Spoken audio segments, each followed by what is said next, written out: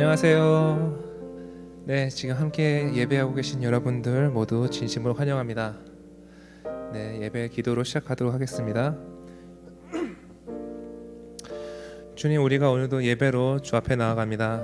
우리가 살면서 가지고 있던 모든 짐들 주 앞에 내려놓고 오늘 지금 이 시간 주님에게만 집중할 수 있도록 주께서 도와주시옵소서. 이 시간 주께서 주신 은혜를 우리가 기대합니다. 주께서 주신 우리 말씀을 우리가 기대를 합니다. 주님, 우리 그 말씀을 인하여서 우리가 새 힘을 얻고 위로를 얻고 또 주께서 주시는 그 놀라운 사랑 우리가 느끼며 나갈 수 있도록 주께서 함께 달라고 다 같이 기도하시겠습니다. 하나님 감사합니다. 우리가 예배로 주께 나아갑니다. 이 시간 주께서 은혜로 함께 해주시기 원합니다. 주님, 주께서 위로로 함께 해주셔서 주께서 새 힘을 주시는 걸 함께 해주셔서 시간 우리가 주께 집중하기 원하고 주의 말씀을 듣기를 원합니다. 우리가 그 사모하여서 이 자리 가운데 앉아 있습니다. 주님, 우리가 주를 기대합니다. 주께서 일하여 주시기를 원합니다. 주님, 이 시간 우리가 오늘도 찬양 기뻐 받아주시고 예배가 정말 진정한 예배 되어질 수 있도록 주께서 함께 하셔서 각 자리에서 예배로 좀 나아갑니다. 우리가 예배 놓지 않고 나아갑니다. 주님, 우리가 예배를 통하여서 우리가 주와 소통하고 주와 만나서 주께서 우리가 사랑을 감싸주고 계신 우리가 알 수 있게 해주셔서 주의 사랑을 깨닫게 해주셔서 시간 주를 기대합니다.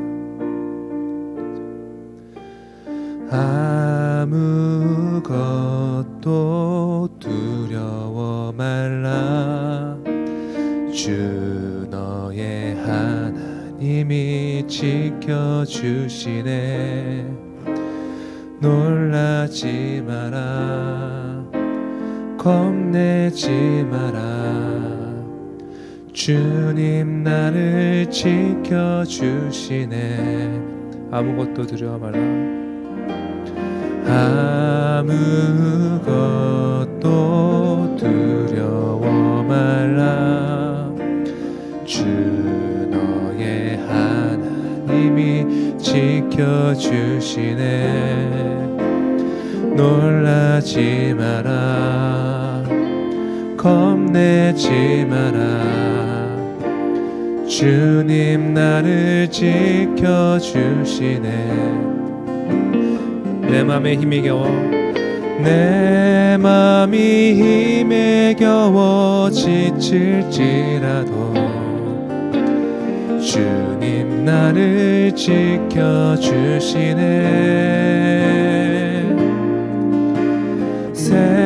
세상에 험한 풍파 몰아칠 때도 주님 나를 지켜주시네.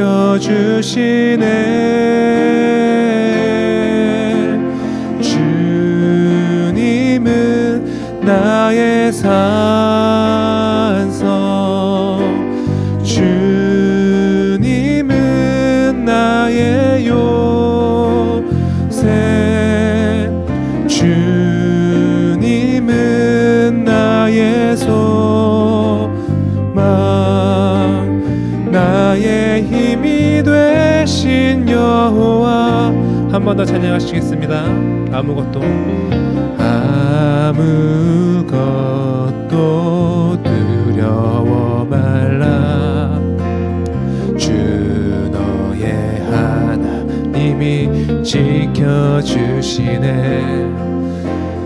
놀라지 마라, 겁내지 마라. 주님 나를 지켜주시네. 아무것도 두려워 말라. 아무것도 두려워 말라. 주 너의 하나님이 지켜주시네. 놀라지 마라, 겁내지 마라. 주님 나를 지켜주시네. 내 내 맘이 힘에 겨워 지칠지라도 주님 나를 지켜주시네. 세상의 험한 풍파 몰아칠 때도 주님 나를 지켜주시네.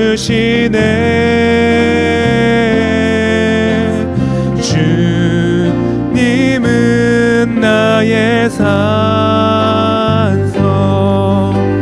주님은 나의 요새, 주님은 나의 소망, 나의 힘이 되신 여호와. 내 맘이 힘에 겨워 지칠지라도, 내 맘이 힘에 겨워 지칠지라도 주님 나를 지켜주시네. 세상의 험한 풍파 몰아칠 때도 주님 나를 지켜주시네.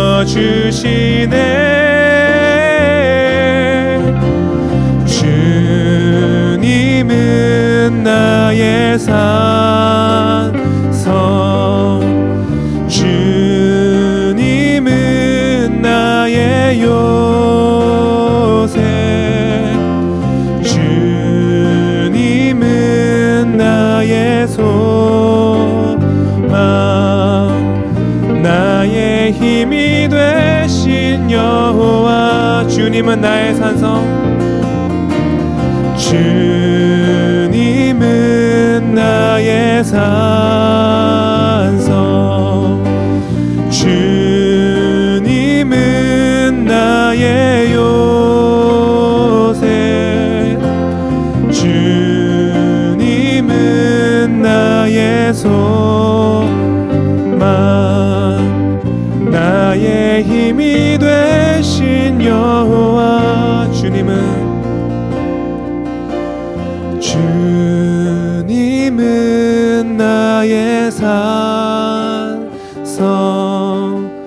주님은 나의 요새, 주님은 나의 소망, 나의 힘이 되신 여호와.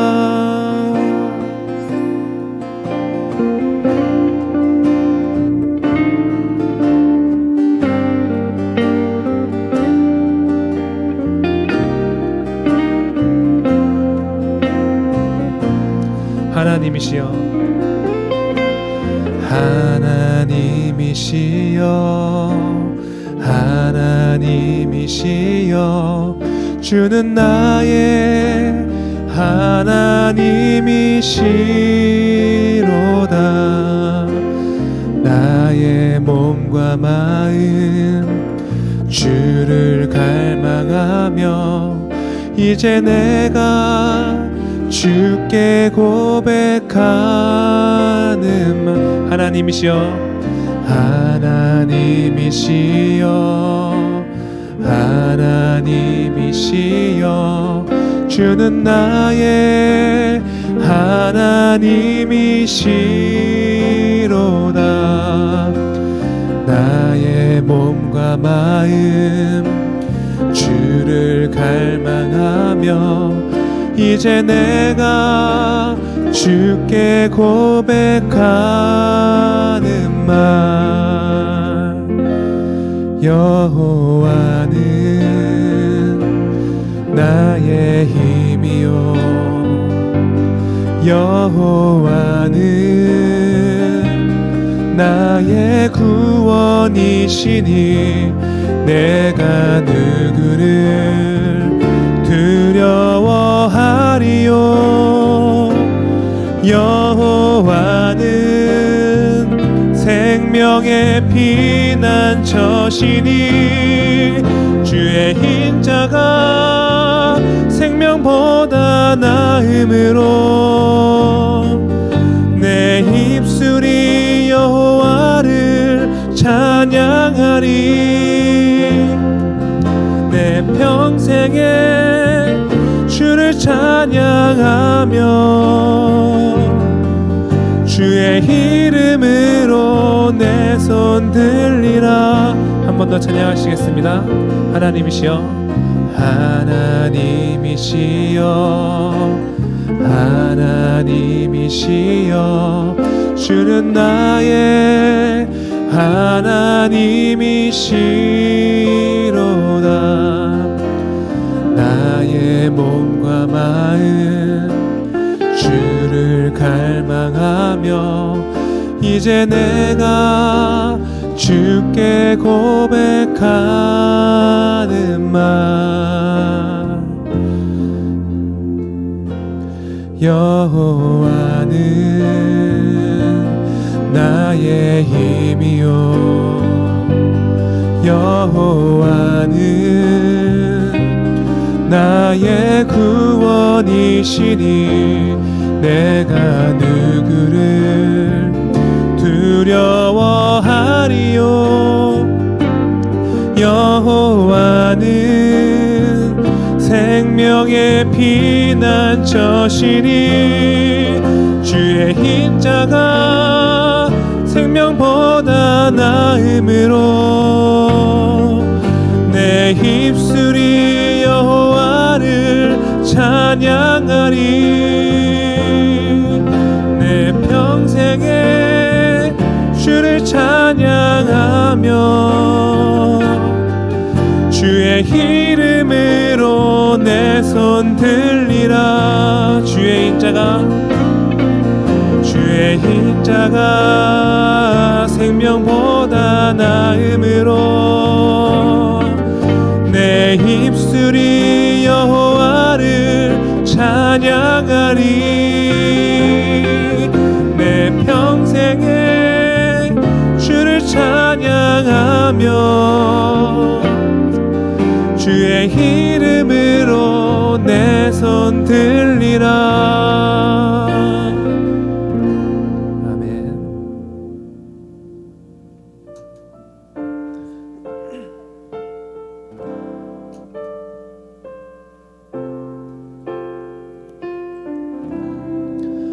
주께와 엎드려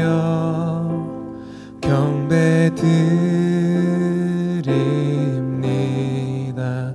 주 계신 곳엔 기쁨 가득.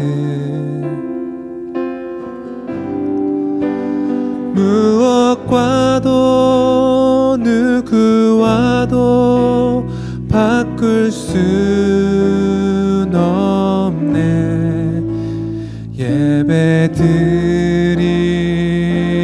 기쁨 돼. 한 번 더 고백하시겠습니다.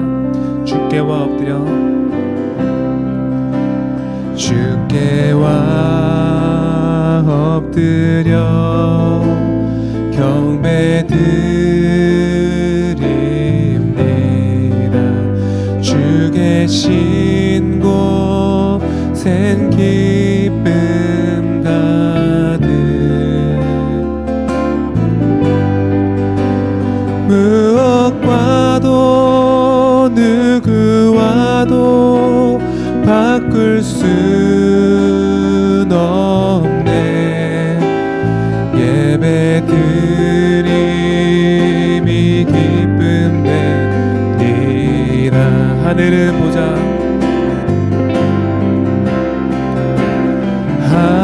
하늘은 보좌, 땅은 주의 발등상. 그 발 앞에 경배하며 옵니다. 예배함을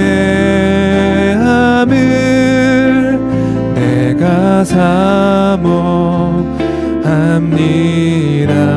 완전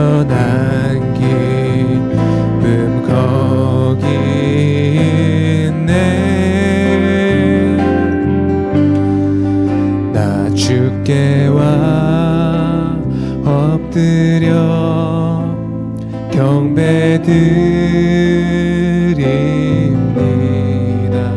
주 계신 곳엔 기쁨 가득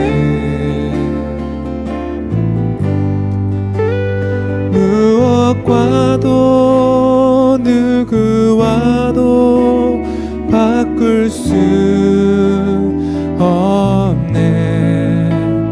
예배드림이 기쁨 됩니다. 아멘. 주님, 우리가 기쁨으로 주 앞에 나왔습니다. 주님, 우리가 삶을 살면서 가지고 왔던 모든 짐들 주 앞에 내어놓고 우리가 기쁨으로 주 앞에 나아갑니다.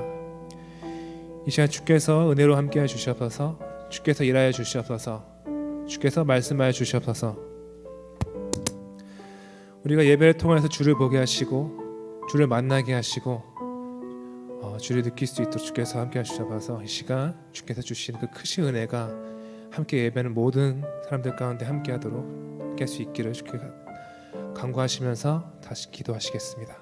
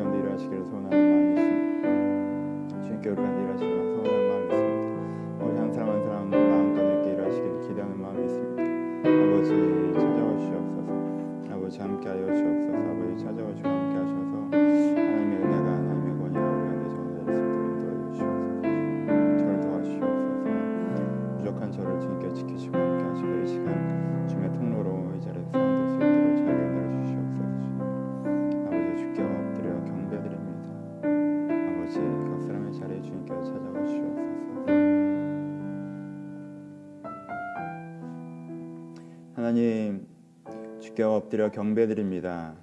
제 온라인에서 모인 모든 성도들 지금의 고백입니다. 주님께와 엎드려 주님을 경배합니다. 하나님의 살아계심과 하나님께 나를 찾아오심과 내 영혼을 새롭게 하심과 내 인생을 인도하심을 인정하며 경배합니다. 이들의 경배하는 예배를 받으시고 이들 가운데 은혜를 허락하여 주옵소서. 이 시간 영혼이 다시 한번 회복되게 하시고 삶에 대해서 지혜가 있게 하시며 하나님께 인도하심과 보호하심을 경험해 나가는 그 출발점으로 예배가 사용될 수 있도록 아버지 은혜를 주시옵소서. 각자의 상황들이 있습니다. 고민들이 있습니다.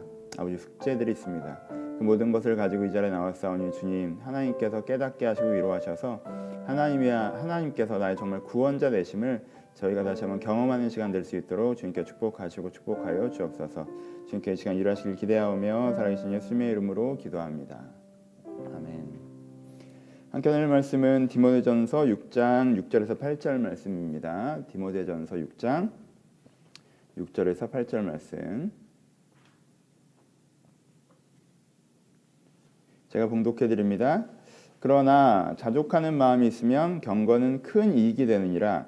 우리가 세상에 아무것도 가지고 온 것이 없음에 또한 아무것도 가지고 가지 못하리니 우리가 먹을 것과 입을 것이 있은즉 족한 줄로 알 것이니라. 다시 한번 읽어드릴게요.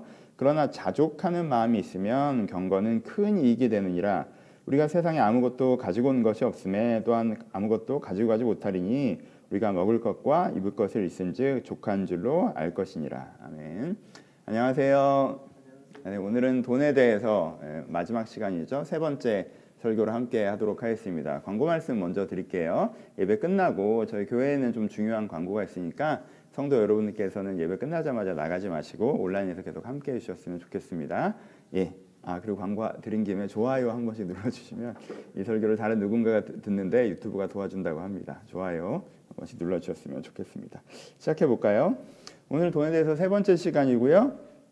바울은 오늘 우리에게 자족에 대해서 이야기하고 있습니다. 자족을 무엇이라고 얘기해요? 자족하는 마음이 돈을 대한 우리의 기본 태도여야 된다라고 바울이 우리한테 얘기해주고 있어요. 그래서 많은 분들이 그러면 자족이 뭐라고 생각하시냐면 6절과 8절에 있으면서 자족을 뭘로 해석해요? 최소한의 생존으로 만족하는 삶으로 해석합니다. 왜요? 여기 뭐라고 나와 있어요? 먹을 것과 입을 것이 있으면 족한 줄 여기라고 말씀하셨고 그걸 자족이라고 얘기하는 거잖아요. 여러분 먹을 게 없습니까? 여러분 먹을 건 있죠 우리가. 입을 게 없으세요? 너무 많아서 문제죠. 그렇죠? 먹을 것과 입을 건 우리 가운데 넘쳐나요. 그럼 만족하라는 거예요. 그렇죠? 그게 이제 자족이라고 우리가 이해하게 됩니다. 그럼 이 본문을 읽으면 우리가 어떻게 생각하게 돼요? 가난을 지향하는 것까지는 아니더라도 가난을 수용해야 되는구나 라는 결론에 이르죠. 그렇죠? 우리가 가난에서 벗어나려고 하는 건 좀 문제다. 이건 욕심이네. 가난을 수용해야 됐네. 가난해도 괜찮은 거 우리가 좀 배워야겠다. 그게 그리스도인에게 합당한 바다라고 생각하게 되죠. 그렇죠? 많은 분들이 이 본문을 가지고 그런 생각을 갖고 계시는 거예요. 그렇죠? 여러분들이 막연하게 기독교적 경제관이라는 게 이거잖아요.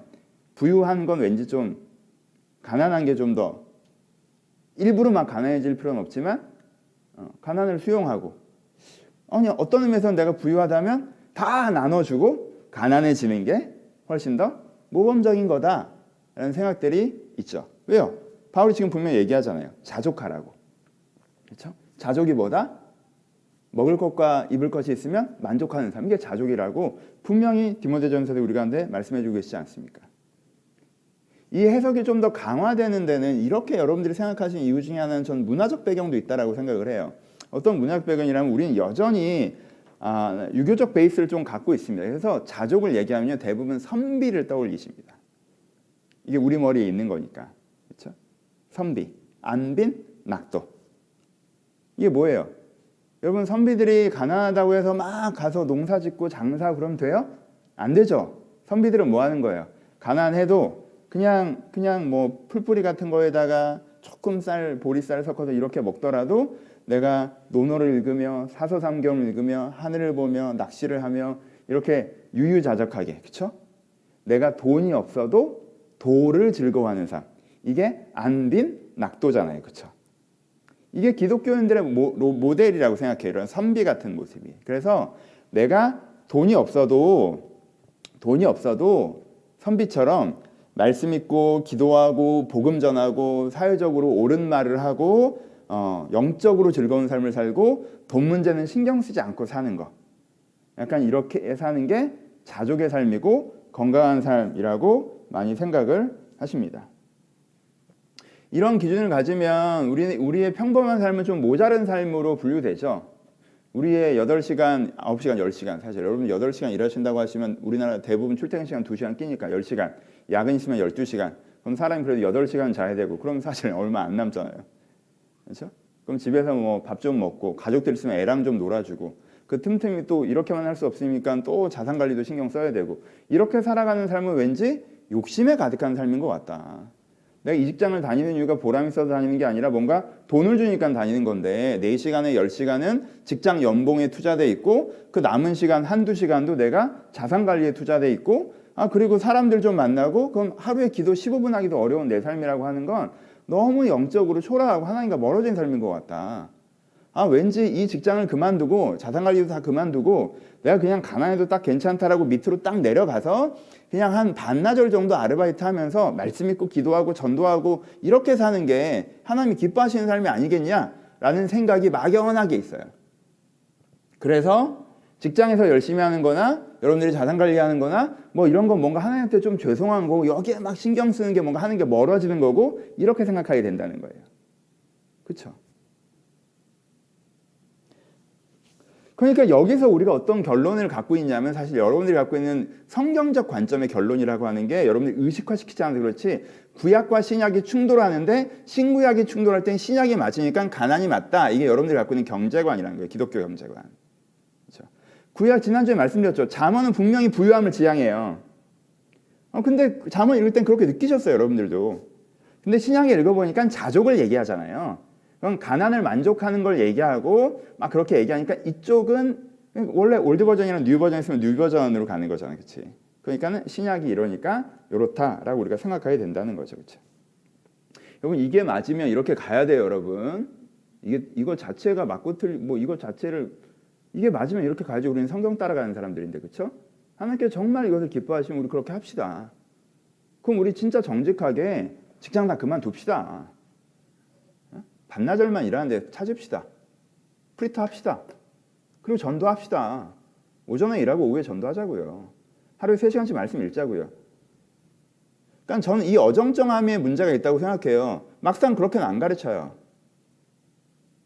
근데 은근히 그런 뉘앙스만 풍기잖아요. 그러니까 사실 이도저도 아니에요. 막 열심히 돈 벌어서 이것도 아니고 그렇다고 다 그렇게 하고 그렇게 하는 것도 아니고 우리 명확하게 돈에 대해서 성경이 뭐라고 하는지 깨닫고요. 그 방향을 따라가자고요. 왜냐하면 어정쩡하니까 돈 문제에서 자꾸 하나님을 배제하잖아요. 돈 문제는 내 인생에 되게 큰 문제인데 이 부분에서 하나님을 배제하니까 내 인생의 큰 부분에서 하나님이 배제되잖아요. 뭐 결론부터 자꾸 말씀드리지만 제가 이 설교를 하는 가장 큰 이유 중에 하나는 여러분들이 돈 문제에 대해서 정리가 안 돼 있기 때문에 여러분들 그 부분의 삶에서 하나님을 배제하고 있기 때문이에요. 그래서 여러분이 하나님과 멀어지고 있기 때문에 목사는요 여러분들이 하나님과 가까워지는 거 이거밖에 관심 없어요. 사실 이 관심에서 사실 이 설교를 하는 거예요. 그러니까 우리 제대로 알아보자고요. 정말 이 말씀이 이 말씀인지. 다른 본문을 좀 볼까요? 데살로니가 후서 3장 6절에서 12절입니다. 제가 본문을 읽어드릴게요. 찾을 수 있는 분은 찾아주시고요. 데살로니가 후서 3장 6절에서 12절 말씀. 바울이 얘기합니다. 형제들아 우리 주 예수 그리스도의 이름으로 너에게 명하노니 명령한다고 얘기해요. 게으르게 행하지 말고 우리에게 받은 전통대로 하지 아니하는 모든 형제에서 떠나라. 어떻게 우리를 본받아야 할지를 너희가 스스로 아나니 우리가 너희 가운데서 무질서하게 행하지 아니하며 누구에든지 음식을 값없이 먹지 아니하고 오직 수고하고 애써 주야로 일함은 너희 아무에게도 폐를 끼치지 아니하려 함이니 우리에게 권리가 없는 것이 아니요 오직 스스로 너에게 본을 보여 우리를 본받게 하려 함이라. 우리가 너희와 함께 있을 때도 너에게 명하기를 누구든지 일하기 싫어하거든 먹지도 말게 하라 하였더니 우리가 들은즉 너희 가운데 게으르게 행하여 도무지 일하지 않고 이를 만들기만 한 자들이 있다니 이런 자들에게 우리가 명하고 주 예수 그리스도 안에서 권하기를 조용히 일하여 자기 양식을 먹으라 하노라. 여러분 한 단락이에요. 보세요. 무슨 상황입니까? 바울이 데살로니가 교회에 권면하고 있습니다. 어떤 문제가 있어서 거기에 대한 권면을 하고 있는 거예요? 교회 안에 종말론이 좀 강해졌어요. 이단이 됐다는 얘기가 아니에요. 그냥 영적으로 말씀을 하는데 종말론 쪽을 좀 더 의미 있게 다루고 있었어요. 데살로니가 교회가. 그러다 보니까 사람들이 어느 쪽으로 갔냐면 곧 종말이 올 건데 우리가 이렇게 지내서 무슨 의미가 있나라고 하는 사람들이 많아지면서 어떻게 했어요? 일하는 거를 안 하고 신앙생활만 열심히 하는 그룹들이 생겨났어요. 에? 안 돼? 미안해요. 신앙생활만 열심히 하는 이렇게 나가긴 나간 거지? 오케이. 신앙생활만 열심히 하는 그룹들이 생겨났어요. 그렇죠? 그러니까 이 사람들이 어떻게 했냐면 일을 안 하고 없으면 없는 대로 살지 뭐 하고 자기들끼리 말씀 읽고 기도하고 영적으로 교제하고 이것만 하고 있었단 말이야. 우리가 지금 조금 전에 이상적이라고 생각했던 걸 하고 있었어요. 근데 거기에 대해서 바울이 뭐라고 평가합니까? 바울에 대한 평가가 뭐예요? 무질서입니다. 무질서. 바울이 이것에 대해서 질서를 잃어버렸다라고 얘기해요. 무질서하다 얘네들이. 질서가 없다라고 얘기합니다. 그러니까 바울이 얘기한 질서는 뭐예요? 열심히 일해서 먹고 사는 것이 질서인데 이 사람들이 무질서해졌다라고 얘기해요. 그 다음에 이것에 대해서 어떻게까지 강하게 책망해요? 일하기 싫어하거든 먹지도 말라. 굉장히 세게 얘기합니다. 야, 일하기 싫으면 먹지도 마. 먹는 문제는 일로 오는 거야. 영혼 구원의 문제는 은혜로 오는 거고. 네가 은혜 받는 걸 하면서 입에 뭐가 들어가기 바라지 마. 바로 이렇게까지 얘기해요. 그래서 어떻게까지 심하게 얘기하면요. 맨 첫 줄이 뭐라고 해요? 형제들아 우리 주 그리스도의 이름으로 너에게 명하노니 게으르게 행하고 우리에게 받은 전통대로 행하지 아니하는 모든 형제에게서 떠나라라고 얘기해요. 교회에서 배제시키라고 얘기해요. 종교적이고 교리적인 이유가 아닌 상태예요. 교리적이고 종교적으로 문제가 없어요. 하나님 열심히 있는 사람들이에요. 근데 먹고 사는데 열심히 일 안 하고 교회에 와서 자기들끼리 신앙생활만 계속하고 이게 속세에서 완전 떠나는 게 신앙인 것처럼 자꾸 얘기하고 그렇게 그거는 교회 정체성을 흔드는 거기 때문에 배제시키라고 얘기해요. 바울이 이걸 굉장히 심하게 책망합니다, 여러분. 그리고 뭐라고 말씀하십니까? 바울은 이 모든 일의 중심에 게으름이 있다고 규정합니다. 니네들이 하나님에 대해서 더 열심히 가져서 그런 게 아니야. 일하기 싫어서 그런 거야 라고 얘기해요. 영적인 갈망으로 일을 안 하는 게 아니라 힘들게 직장생활 하는 것보다 신앙생활만 열심히 하는 게 더 편하기 때문이라고 얘기해요. 여러분, 성실한 노동은요, 때로 말씀과 기도보다 더 중요한 영성 훈련입니다. 우리가 기도하면서 기도하고 말씀 있는 게 너무너무 중요해요. 여러분, 이거 없이는 안 돼요. 근데 하루에 1시간, 여기에 대해서 하루에 1시간이 필요하다면 여러분들의 영성을 구현하는 데는 여기서 느끼고 깨닫는 걸 실천해보는 노동 현장에서 많이 이루어져요. 영성 훈련이. 그래, 말씀으로 사랑해야지. 그래, 사랑 너무 좋다. 그리고 같이 느끼는 사람끼리 모여서 야, 이 말씀 너무 좋지 않니? 이거 뭐가 힘들어?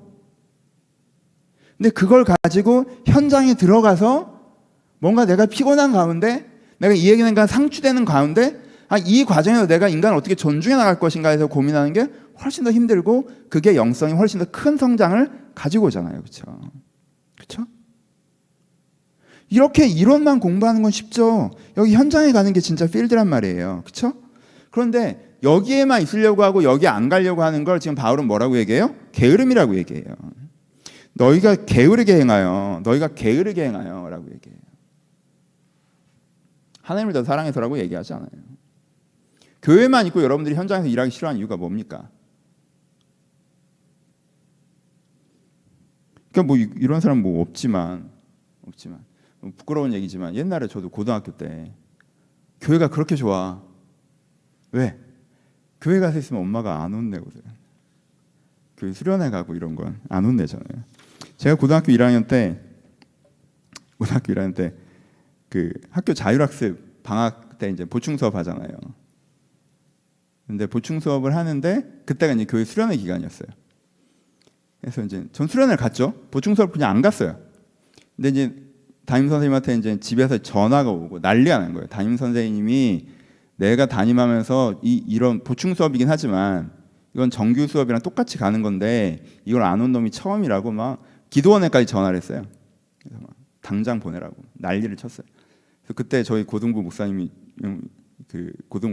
그때 송태웅 목사님이셨는데 오셔서 학교에 가도 된다. 너한테 가라고는 안 하겠지만 가도 된다. 근데 저는 목사님 저는 끝까지 수련회 있겠습니다. 저는 이 은혜 자리에 끝까지 있겠다. 그래서 목사님이 되게 감동받으셨어요. 사실인즉 저는 그때 공부를 잘 안 하던 애였어요. 수련회처럼 재미있는 게 없어요, 여러분. 그때 수련회 너무 재밌잖아. 수업 재고 가면 맞으면 돼. 난 그걸 자주 하던 사람이야. 그냥 맞으면 돼. 그냥 여기서 그냥 찬양하는 거 좋고 은혜 받는 것도 좋고 신앙 없이 있었던 거 아니에요? 너무 좋아요. 영적인 시간들이. 그리고 또 성도들이랑 교제하고 친구들이랑 같이 있고 그리고 막 학교 가서 막 하루 맞으면 되지. 나를 어떻게 할 거야 자기가. 그랬어요. 그럼 바울이 저를 볼 때 어때요? 내가 여기에 있는 게 하나님을 사랑하는 마음이 없다는 아니지만 이 안에 뭐도 있어요? 공부하기 싫은 게으름도 있는 거죠.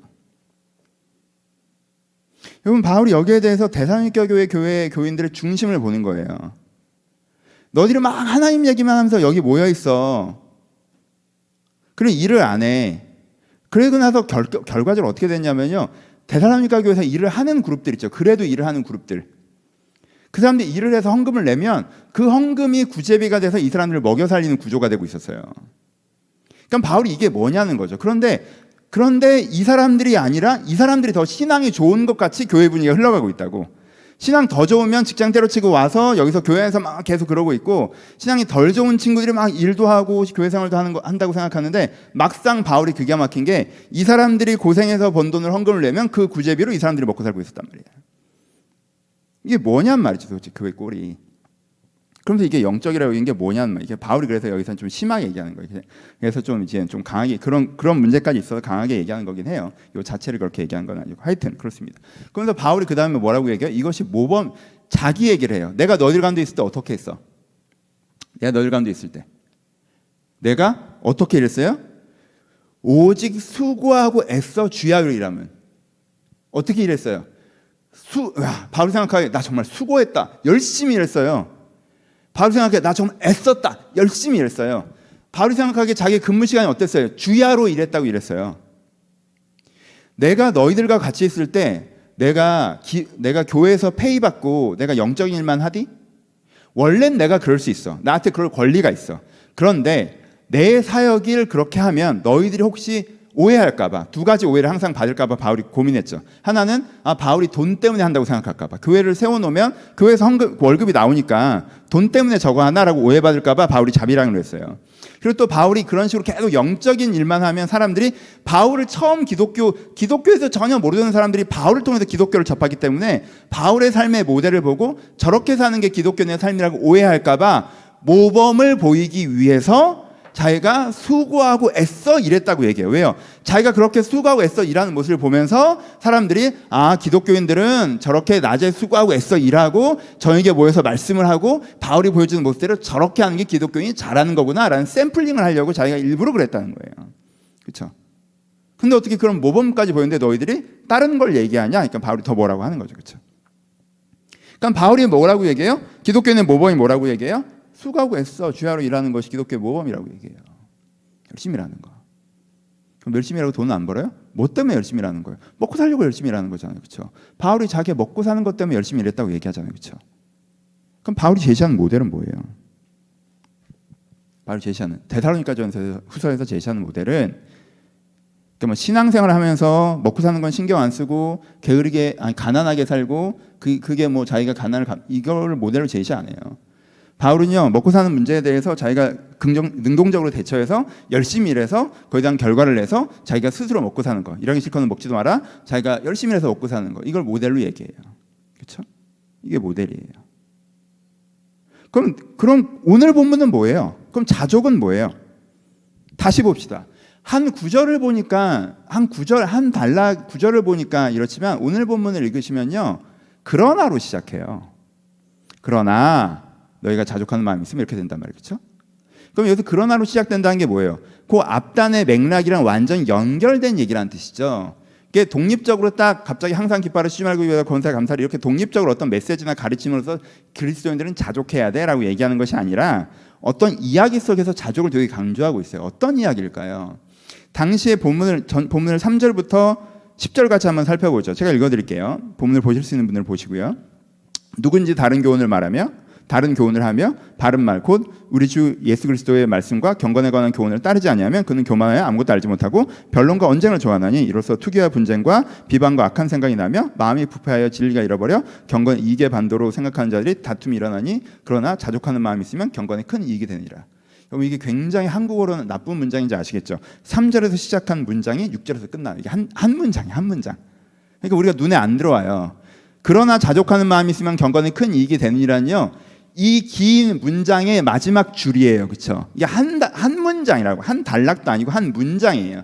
지금 무슨 얘기를 하고 있어요? 뒤에까지 읽어보고 설명하죠. 7절 우리가 세상에 아무것도 가지고 온 것이 없으며 또한 아무것도 가져가지 못하리니 우리가 먹을 것과 입을 것이 있은즉 족한 줄을 생각할 것이라. 부하려고 하는 자들은 시험과 올무에 여러 가지 어리석고 해로운 욕심에 떨어지다니 곧 사람으로 파멸과 멸망에 빠지게 하느니라. 돈을 사랑함이 일만왕의 뿌리가 되는 이 설교했었죠. 이것을 탐내는 자들은 미혹을 받아 미소에 떠나 많은 근심으로 자기를 찔렀도다 라고 얘기해요. 본문을 보시면 온라인으로 보신 분들은 성경책을 펼치고 있으면 더 좋으실 것 같은데 본문 보시면 자족에 대해서 이야기하기 앞단에 뭐를 얘기하냐면요, 어떤 문제가 있다고 얘기하고요, 자족 얘기한 뒷단에 그 문제의 중심, 왜 그 문제가 생겼는지를 얘기해요. 그렇죠? 그럼 앞단에 무슨 문제가 있었는지를 얘기하냐면요, 본문에 뭐라고 얘기해요? 다른 교훈을 가르치는 문제가 생겼다는 거예요. 다른 교훈을 가르친다는 건 기독교가 아니라 여기서 불교를 전했다는 얘기가 아니에요. 기독교인 것 같은 언어를 사용하고 있는데 핵심 메시지가 다르다는 거예요. 지금 에베소 교회에 다른 교훈들이 돌아다녀요. 하나님의 뜻이라고 말하지만 사실은 아닌 게 돌아다녀요. 이 다른 교훈을 하는데 예수 그리스도의 경건의 교훈을 따르지 않는 다른 교훈이에요. 이 교훈은 교만하면서 아무것도 알지 못하며 변론과 언쟁을 좋아하는 것이라고 얘기해요. 교만하다는 건 뭐예요? 자기 생각이 맞다, 자기가 원래 갖고 있다는 생각이 맞다는 생각에 막 사람들이랑 논쟁하고 오히려 바른 가르침을 가르치는 사람 논쟁하면서 잘못된 생각을 퍼뜨리고 있다라고 하는 거예요. 근데 여기는 패턴의 문제지 핵심 메시지가 아니잖아요. 그건 이 다른 교훈의 핵심이 뭐야? 라고 했더니 진리를 잃어버려 경건을 이익의 방도로 생각하는 것이라고 얘기해요. 경건을 이익의 방도로 생각하는 것. 이 다른 교훈 핵심이 뭔지 아시겠어요? 내가 경건을 이익의 방도, 내가 기도 열심히 하고 말씀 열심히 보고 하면은 하나님 나한테 돈 줘라고 하는 거.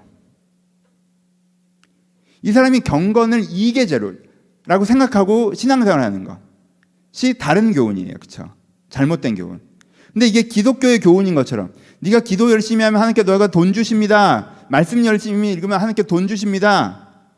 네가 열심히 할 생각을 안 하고 네가 경건 생활 잘하면 돈까지 해결됩니다. 라고 하는 게 잘못된 교훈이었다는 거예요. 그렇죠?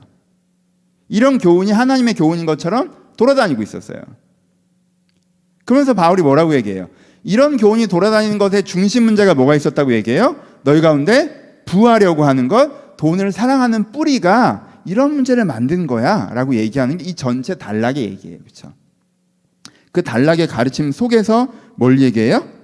이 얘기가 나오는 거죠. 이런 문제가 있는 이 디모데가 목회하고 있는 에베소 교회에게 바울이 권면하는 게 이제 두 가지 혹은 세 가지가 있는데, 그래서 첫 번째 권면하는 게 뭐예요? 우리가 첫 번째는 돈이 아니라 영혼을 좀 더 너희 중심 가치로 둬야 된다는 게 바울이 했던 첫 번째 권면이에요. 이건 우리가 얘기하고 있는 이전 설교에서 얘기했던 거죠. 하지만 본문에 어떻게 얘기하는지만 간단히 설명하면, 우리가 세상에 아무것도 가지고 온 것이 없으면 또한 아무것도 가지고 가지 못하리니. 무슨 뜻이에요? 이건 맨 처음 부자 얘기했던 거랑 같은 얘기죠. 그렇죠? 내 영혼아 평안할지어다. 돈 문제가 해결되면 영혼의 문제가 해결되었다고 생각하는 사람들에게 돈 문제는 중요하긴 하지만 너의 문제 중에 하나야. 그 문제만 해결된다고 인생 문제가 전체가 해결되는 게 아니야 라고 하는 거에 같은 얘기죠. 네가 가지고 온 것이 없으면 가지고 가지 못하리라. 이 돈 문제가 네 영혼의 문제까지 해결해 주지 않아. 돈 문제는 너 일부의 문제만 해결해 주는 거야. 아까 바울이 첫 번째 권면이죠. 그렇죠? 그래서 뭘 더 중요하게 생각해야 된다? 영혼을 더 중요하게 생각해야 된다는 것이 바울의 권면이에요. 그게 어디에 나와요? 여기에 경건을 이익의 방도로 생각하는 자들이라고 얘기하면서 그 다음에 자족하는 마음이 있으면 경건은 큰 이익이 되느니라 라고 얘기해요. 여기서 대꾸가 되죠. 앞쪽은 뭐예요? 중심이 뭐 있어요? 이익이 중심이고 경건이 방법이에요. 그렇죠? 경건을 이익의 재료로 생각해요. 근데 바울이 어떻게 하라고 얘기해요? 내가 돈을 바라보는 관점이 경건에 얼마나 유익이 되는지 생각하라는 거예요. 그러니까 영혼을 더 중요하게 생각하고 돈을 바라봐야지. 내가 이 돈을 이렇게 바라는 게 혹시 내 영혼에 해롭진 않나? 내가 이렇게 열심히 하는 게 내 건강을 상하게 하는 건 아닐까? 우리가 건강이 더 중요하잖아요. 그런 것처럼 내가 이 돈을 바라보는 방점이 혹시 내 영혼을 상하게 하진 않는지, 내가 어떤 관점으로 돈을 대하는 게 내 영혼에 유익한지, 이걸 생각하라는 것. 우선순위를 따지자면 영혼이 훨씬 더 중요하다고 얘기하는 게 첫 번째 권면이에요. 그렇죠? 그리고 두 번째 권면이 뭐예요? 두 번째 권면이 우리가 지금 얘기하려고 하는 거죠. 두 번째 권면이 자족하라는 거예요. 그렇죠? 그럼 자족이 뭐냐? 다시 생각해 보죠. 자족이 정말 안 빛났동입니까? 본문을 좀 보죠. 무엇의 반대가 자족인지 생각해 보세요. 첫 번째, 자족의 이 사람이 잘못된 사람들을 표현할 때 투기와 질투를 얘기해요. 투기와 질투가 뭐예요? 돈 문제에서. 왜 쟨 저렇게 돈이 많아? 난 없는데. 이게 투기와 질투죠. 그렇죠? 그렇죠? 그 다음에 뭐라고 얘기해요? 욕심이라고 얘기하죠. 부유하려고 욕심을 내는 것이라고 얘기해요. 그렇죠? 나도 저렇게 되고 싶어 라고 하는 거. 그렇죠? 그 다음에 뭘 얘기해요? 돈을 사랑하는 걸 얘기하죠. 그래서 돈이 너무 좋아, 너무 사랑스러워. 이거의 반대가 자족이에요. 그렇죠? 내가 투기하고 질투하고 욕심내고 돈을 사랑하는 거의 반대가 자족이에요. 자족이 뭐예요? 여러분, 자족은요, 여러분들이 지금 서 있는 돈의 자리를 받아들이는 거예요. 여러분, 이걸 정확하게 이해하셔야 돼요. 아유, 가난해서 이게 아니에요. 난 가난하지만 게으른 게 좋더라고. 난 돈 많이 벌고 열심히 일하는 거 싫더라. 난 그냥 좀 여유롭고 가난한 게 좋아. 이걸 얘기하는 게 아니에요. 그러니까 자족은요, 내가 서 있는 뭐예요? 돈 자리를 받아들이는 거. 내가 지금 500만 원 벌어요? 그걸 받아들이셔야 돼요. 일단 난 500만 원 버는 사람이야. 이걸 받아들이셔야 돼요. 그리고 근데 난 600만 원 벌고 싶어. 난 지금 어디에 있어요? 난 100만 원 벌어요. 그럼 뭘 받아들여야 돼요? 아, 난 100만 원 버는 사람이야. 받아들여요. 근데 나는 150만 원 벌고 싶어. 난 지금 마이너스 5천만 원이에요. 난 지금 마이너스 5천인 사람이야. 근데 난 제로로 가고 싶어. 난 한 10억 있어요. 아, 난 10억 있는 사람이야. 근데 난 12억, 13억, 15억 가고 싶어. 이게 자족이에요. 자족하지 않는 게 뭐예요? 나 왜 이렇게 돈이 없어? 나 왜 돈 없어? 뭔가 잘못된 것 같은데? 누가 나한테 돈 줘야 되는 거 아니야? 하나님이건 정부건 누구건 간에, 부모건 간에 누구한테 돈을 줘야지. 지금 이 자리가 잘못됐잖아. 자리를 옮겨줘, 자리를. 이게 자족하지 않는 거예요. 질투, 욕심, 돈을 사랑하는 거. 내가 현재 서 있는 자리를 받아들이고 거기서부터 앞으로 나가려고 하셔야 돼요. 자족하지 않는 건 뭐예요? 자족하지 않으면 어떻게 됩니까? 자족하지 않으면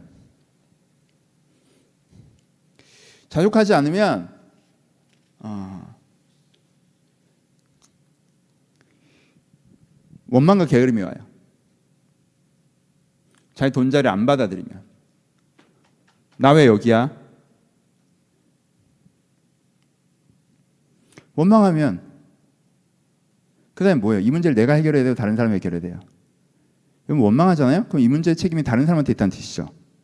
그럼 이 문제 해결을 누가 해야 된다는 거예요? 다른 누군가 해야 된다는 거예요. 난 피해자니까 보상을 받아야 되는 거예요. 내가 해결하는 게 아니라. 내가 왜 해결을 해? 내가 망친 문제가 아닌데. 그 순간 이 사람은 어떻게 돼요? 게을러져요. 그러면 자족이라는 건요, 경제적 불평등을 받아들인 거예요. 하나님께서 세상을 평등하게 지으셨습니다. 근데요, 인간이 타락했어요. 그래서 인간은요, 5,000년 동안 경제적으로 평등해 본 적이 없어요. 이 불평등의 구조적 문제를 우리가 함께 노력하고 해결해 가야죠. 그렇죠? 일단 우리가 경제로 불평등한 구도가 있다는 걸 받아들이시고 그걸 노력하고 해결해 가야죠. 또한 그 구조 속에서 일단 내가 서 있는 자리를 받아들이고 내 경제적 문제를 해결해 가려고 해야 되죠. 이 불평등을 일단 받아들이는 것, 그리고 해결해 가려고 하는 것, 이게 자족이에요. 자족하지 않으신 분들은 이 불평등을 받아들이지 못하세요. 그리고 항상 자기보다 더 높은 경제적 자리에 있는 사람과 비교하고 억울해합니다. 비교할 때 시리아 난민촌이랑 비교한 사람들 본 적이 없습니다. 베네수엘라랑 비교한 사람들 본 적이 없어요. 항상 나보다 더 잘 사는 나라, 북유럽. 옛날엔 미국이 제일 잘 사는 줄 알고 미국이랑 비교하다가 미국의 서민들은 잘 못 사는 걸 알았더니 이제는 어디예요? 이제는 북유럽. 유럽도 아니고 중국도 아니고 일본도 아니고 지금 한국이 비교할 수 있는 유일한 나라, 북유럽. 아프리카 안 하고 인도 안 하고 북유럽. 북유럽보다 우린 못 살아. 내 밑으로 비교 안 하고 내 위로. 쟤는 왜 나보다 더? 쟤는 왜? 왜 쟤는 나랑 똑같이 있었는데? 그리고 원망. 뭔가 잘못된 것 같은데 지금. 그리고 게으름. 그러니까 하나님 해결해 줘야 돼. 이걸 문제라고 하는 게 지금 바울이. 그렇죠? 이게 우리의 경제적인 문제를 제대로 대처하지 못하게 하고 우리를 원망하게 하고 게으르게 하면서 기회를 낭비하게 하고 재정적 문제를 망치기 때문에 바울이 그러지 말고 자족하라고 하는 거예요. 일단 네 출발선을 받아들이고 거기서부터 열심히 노력하라고 얘기를 하는 거예요. 이건 그럼 세 번째, 자족의 지향점이 어디 있습니까? 우리가 어느 정도에 가면 만족해야 돼요? 먹는 것과 입는 것이 있으면 만족해야 됩니다, 여러분. 여기 약간의 오해가 있습니다. 여러분, 2002년 한국 사회에서 부의 기준이 뭐예요? 2020년 한국 사회에서 부의 기준은 집이에요, 그렇죠? 근데 여러분, 이게 되게 역사적으로 이례적인 거 아십니까? 인류 역사에서 집이 부의 기준이었던 게 그렇게 물론 있지만 어느 지점에서는 있지만 그보다 인류 역사는 굉장히 오랫동안 부의 기준이 집이 아니었어요. 의식주 중에 그렇죠? 제일 부의 기준을 자주 사용하는 이게 식이었어요. 식. 그러니까는 현재 가난하다고 얘기하면 어떤 가난이에요? 좁은 집에 사는 가난이에요, 그렇죠? 지저분한 집에 사는 가난이에요, 그렇죠? 근데 여러분 우리나라에서도 100년 전에 가난은 뭔지 아셨습니까? 뭔지 알아요? 마당이 있는 집에 사는 게 꿈이에요? 아니에요. 그때 가난은 아사, 보릿고개를 못 넘어가는 게 가난이었어요. 내가 이번 보릿고개에 우리 가족이 죽느냐 사느냐가 가난이었다고. 그래서 그 당시의 꿈은요, 이 밥에 고깃국, 내가 흰 쌀밥 가득게 고깃국 원 없이 먹어보는 게 부유함이었다고. 그래서 그 당시 부유함의 기준이 뭐예요? 지금 우리가 쓰는 표현이죠. 먹고 살만하면 부유한 거예요. 먹고 살만한 건. 이건 중산층의 표현이에요, 여러분. 먹고 살만하다. 아, 너 먹고 살만하니? 너 중산층이구나. 이런 말이에요. 여러분, 2000년 전 유다가 2000년 전 유다의 기준이 뭐였겠어요? 집이었을 것 같아요? 2000년대 유다 이 지역에 살던 사람들, 팔레스타인 지역에 살던 사람들, 아, 나 마당 있는 집에 살고 싶어. 이게 꿈이었을 것 같아요? 아니요, 여러분, 옛날 사람들은 다 마당 있는 집에 살았어요. 마당 있는 집에 살았다고. 아주 어려운 천민 계급에 있는 분들도요, 그냥 방 3개 마당 있는 집 25평형에 살았어요, 다. 그렇죠? 어디 시골 농가를 가보세요. 집이 얼마나 넓은지. 그건 옛날의 기준이 아니었다고. 옛날의 기준이 뭐였어요? 먹는 거였어요. 그러니까 지금 예수님이 얘기하시는, 그 바울이 얘기하는 입을 것과 먹을 것이 있으면 족한 줄 여기라라고 말할 때는 이 내용이 우리식으로 얘기하면 뭐예요? 야, 먹고 살만 하면 만족을 해 라는 얘기예요. 먹고 살만 하면 만족해. 그렇죠? 극빈을 얘기하는 게 아니라, 야, 너 먹고 살만 하잖아. 너 먹고 살만 하는데 왜 이렇게 더 돈에 신경을 써? 그건 네가 돈으로 뭔가를 증명하려고 하는 거잖아. 그건 아니야. 너 먹고 살만한데 왜 이렇게 돈에 신경을 써? 너 되게 사치하고 싶어 하는구나. 그거 아니야. 너 왜 먹고 살만한데 이렇게 돈을 신경을 써? 돈으로 높은 데 올라가고 싶어 하는 거 그거 아니야. 그건 네가 돈에 영적인 의미를 부여하기 시작했다는 건데 그거 아니야. 돈으로서 자기 존재를 증명하고 돈으로 사치스러운 삶을 살고 싶어하고 돈으로 높이 올라가서 사람들한테 자기를 과시하고 싶어하는 거 그거 아니야. 너 그거는 영원으로 하나님의 은혜로 회복돼야 되는 자존감의 문제나 안정감의 문제를 네가 돈으로 해결하려는 거야. 그거 아니야. 그거 아니야. 돈은 그냥 먹고 살만 하면 되는 거야. 이 얘기를 하는 거예요. 분들 아시겠어요? 그냥 지금 바울이 얘기하는 지점은 뭐예요? 바울이 문제로 제시하는 건 부자는 잘못된 건 내가 있어야 될 위치를 여기다가 설정해 놓고 난 사실 저만큼 살아야 되는 사람인데라고 설정해 놓고 그러지 못한 거에 실망하고 원망하느라 게으르게 사는 거 이게 잘못된 거고 마음은 항상 부유함에 가 있으면서 오히려 게으른 거 조급한 거 욕심내는 거 편법 내는 거 지름길 찾는 거 이게 문제인 거고 내가 지금 현재 있는 경제적 자리를 받아들이고 아, 이 정도가 내 출발선이구나. 여러분 과거에 내가 잘못했건 부모가 잘못한 건 다 상관없어요. 지금 자리를 받아들이세요. 지금 내가 내 통장이 얼마 있는지 지금 내가 부채가 얼마인지 어제 내가 무슨 사고를 쳤던 건 다 필요 없어요. 그거 신경 쓰지 마십시오. 받아들이세요. 지금 내가 있는 자리를. 내가 부모 때문에 사회 때문에 직장 때문에 뭐 누구 때문에 내가 예전에 투자를 잘못해서 다 괜찮아요. 받아들이세요. 과거에 나도 원망하지 마세요. 그냥 받아들이세요. 그 받아들이시고 그럼 여기서부터 내가 어떻게 성실하게 내 경제적 문제를 해결해 갈 것인가? 이게 자족이에요. 여러분 자족하십시오. 자족해야 됩니다. 여러분 바울이 자족을 가르쳤으니까 바울의 경제 생활을 한번 볼까요? 바울이 가장 좋은 예가 될 것 같아요. 바울이 어떻게 생활했습니까? 오늘도 잠깐 얘기했죠. 베드로는요 생활비가 풍족하게 나왔어요. 가족 생활비까지. 그렇죠? 가족들이 그냥 먹고 살 만큼 돈을 줬어요. 근데 바울은 안 그랬어요. 교회가. 왜냐하면 바울의 사역 대상이 이방인이었기 때문에 그래요. 아까 얘기했죠. 반복합니다. 이방인을 사역 대상으로 했기 때문에 바울이 기독교인의 첫인상이란 말이야. 근데 바울이 페이를 받고 사역을 하면 이방인들이 돈 때문에 하는 거라고 오해할까 봐. 그리고 원래 저렇게 사는 게 영적인 삶이라고 오해할까 봐. 바울은 근데 항상 이방인 사역을 했으니까 그리고 새로운 개척 사역을 했으니까 주로 뭐 해야 됐어요? 주로 진짜 자기가 텐트 메이커 일을 하면서 자비랑으로 설교를 했어야 됐어요. 그게 바울의 경제적 상황이에요. 근데 베드로는 왜 안 그랬어요? 이 사람이 영성이 떨어져서 안 그랬어요? 아니에요. 월급 안 많은 사람은 영성이 깊고 월급 받는 사람은 영성이 적어요? 아니에요. 베드로를 어떻게 보는 거예요 도대체? 베드로는 유대인 사역이 메인 사역이었어요.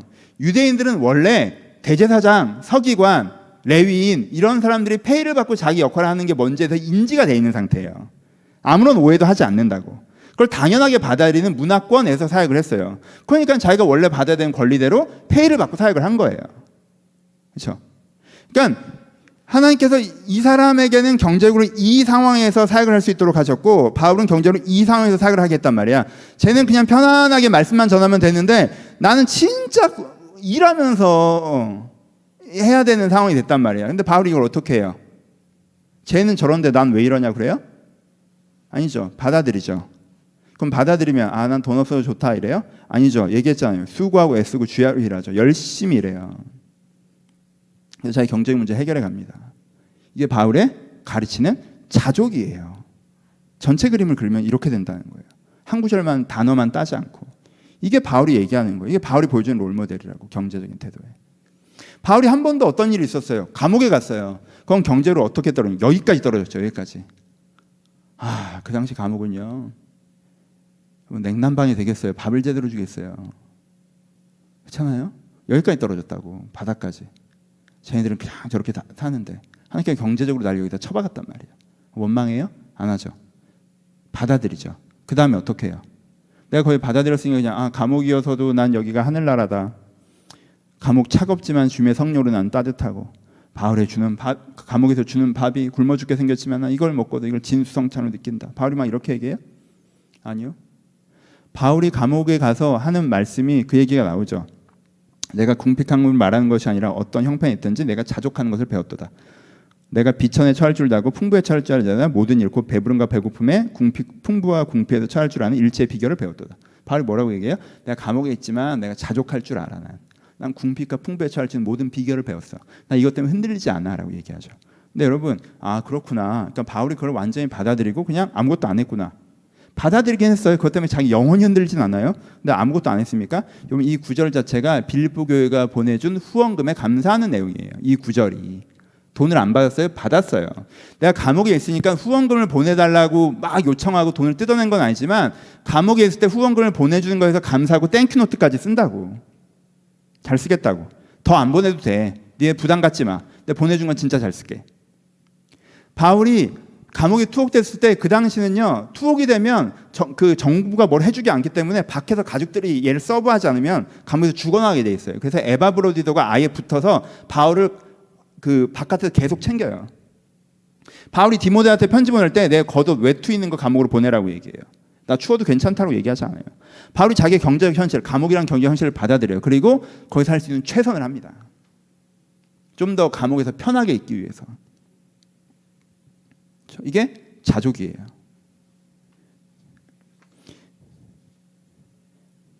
그러니까 여러분들이 큰 오해를 버리셨으면 좋겠어요. 오늘은 너무 딱딱하고 재미없는 설교이기도 하죠.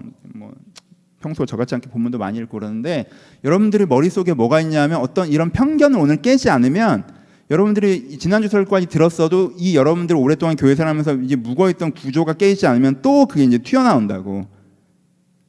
그러면 안빈낙도는 나중에 원망과 게으름으로 굉장히 많이 가더라고요.